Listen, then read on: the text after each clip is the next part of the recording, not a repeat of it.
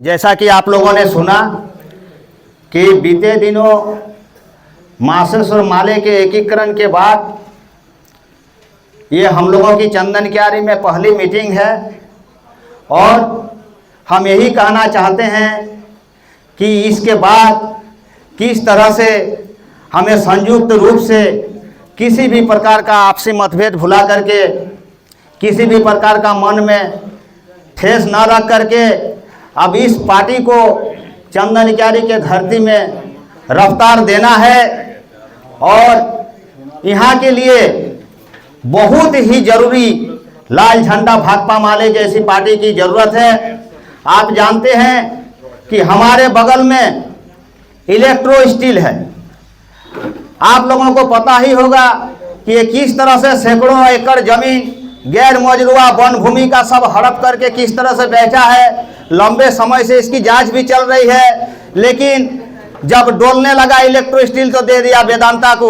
और वेदांता क्या है इसको आपको जान लेना पड़ेगा कि कर्नाटका में इसी वेदांता का तूतीकोरिन में स्टरलाइट नाम का एक कंपनी है जहां तांबा बनता है।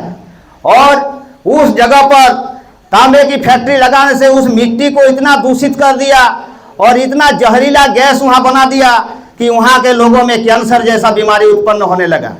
वहां के हमारे लोग तो यहाँ आंदोलन करते हैं, रैयत आंदोलन करते हैं कि जो है हमें रोजगार दो, हमें मुआवजा दो। लेकिन तूतीकोरिन का जो आंदोलन है वहां कहता है कि तुम अपना बोरिया बिस्तरा समेटो और यहाँ से वापस जाओ। हमें किसी भी प्रकार का मुआवजा भी नहीं चाहिए, नौकरी भी नहीं चाहिए, क्योंकि वहाँ लोगों का जिंदा रहना दूभर हो गया है। और आप लोगों को पता होगा जब जनता सड़क पर उतरी उस कंपनी के खिलाफ, तो कंपनी का गुंडा बस के ऊपर चढ़ करके पुलिस वालों के साथ मिल करके किस तरह से गोलियों की बौछार चलाता रहा, जिसमें कितने लोगों की मौत हो गई और कितने लोग लापता है। तो साथियों, ये वेदांता भी वही वेदांता है जो उतना आसानी से मानने वाला नहीं है। ये बड़े बड़े नेताओं को नाप तोल करके और उसको अपना हिसाब किताब दे करके वो भेज देने का इसके पास ताकत रखता है। इसलिए चंदन क्यारी में हमें विश्वास के साथ इस पार्टी को आगे बढ़ाने के लिए और यहाँ के हक अधिकार के लिए लड़ने के लिए खुद को तैयार होना होगा। इसके अलावा दूसरा कोई उपाय नहीं है। आज हम जीते ना जीते, कल जीते, ये अलग सा बात है, लेकिन लाल झंडा हमेशा लड़ने वाली पार्टी है, संघर्ष की पार्टी है। और हम तब तक जिंदा रहेंगे जब तक शासक को शोषित रहेगा, तब तक हम जिंदा रहेंगे, तब तक लड़ते रहेंगे। साथियों, अभी देख रहे हैं कि भाजपा में इतना बड़ा राज्य में पूरा उथल पुथल मचा हुआ है। जिस तरह पूर्व साथियों ने बातों को रखा कि किस तरह से बंगाल का नेता प्रतिपक्ष, किस तरह के मध्य प्रदेश के मुख्यमंत्री और किस तरह से जो है केंद्रीय नेताओं को ला करके झारखंड में इसको जो है किस तरह से यहाँ के खनिज को कब्जा किया जा सके।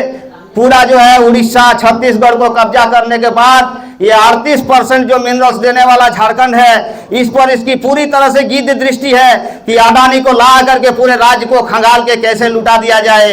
इसका ताजा उदाहरण आपने रघुवर दास के सरकार में गोड्डा में जो अडानी का पावर प्लांट लगा उसमें भी आप देखे हैं कि एक तरफ से जमीन अधिग्रहण होता रहा, एक तरफ से पुलिस लाठी चलता रहा और पूरा केस मुकदमा करके जोर जबरदस्ती वहां पर कंपनी बैठ गया, गंगा का पानी लेकर के पूरा उर्वर जमीन को हड़प करके। और पूरे झारखंड में ये भाजपाई लोग इसको पूरा अडानी के हाथों में बेच देने के लिए पूरा एकदम लालियत है कि कितना जल्दी इस झारखंड पर कब्जा किया जा सके। इसीलिए वोट तो होते रहता है, सरकार बदलती रहती है, विधायक बदलते रहता है, लेकिन इस झारखंड को लूट का चारागाह बनाने के खिलाफ, इस झारखंड को लूट का चारागाह नहीं बनने के लिए आप लोगों को सक्रिय होना होगा। और किस तरह से अभी अब लोग नारा दे रहा है बेटी माटी और रोटी। अब जरा बताइए कि 20 साल सरकार चलाया अर्जुन मुंडा, बाबूलाल मरांडी, रघुवर दास से लेकर के, और अभी नारा दे रहा है बेटी माटी और रोटी। इसी के समय में सबसे ज्यादा गोलीकांड हुआ है। चाहे आप एनटीपीसी में उधर देखिए, चाहे आप साय को देखिए, गोला देखिए, चाहे आप चंदन क्यारी में जो है इसी इलेक्ट्रो स्टील में शत्रुघ्न राय को जो है गोली मार करके उसको मार दिया गया। और पूरा विभिन्न जगहों में देखिए लगातार गोलीकांड ये करवाता है। जो भी आंदोलन में उतरता है इसका सीधा हिसाब किताब है गोली मारो और लाठी चलाओ। तो साथियों, थोड़ा सतर्क हो जाइए। हमें प्रयास करना है आगे बढ़ने के लिए और हमें चंदन क्यारी में संघर्ष को एक नया आयाम देने के लिए ज़्यादा समय नहीं लेते हुए मैं अपना वक्तव्य यहीं पर समाप्त करता हूँ। इंकलाब जिंदाबाद। तमाम साथियों को लाल सलाम।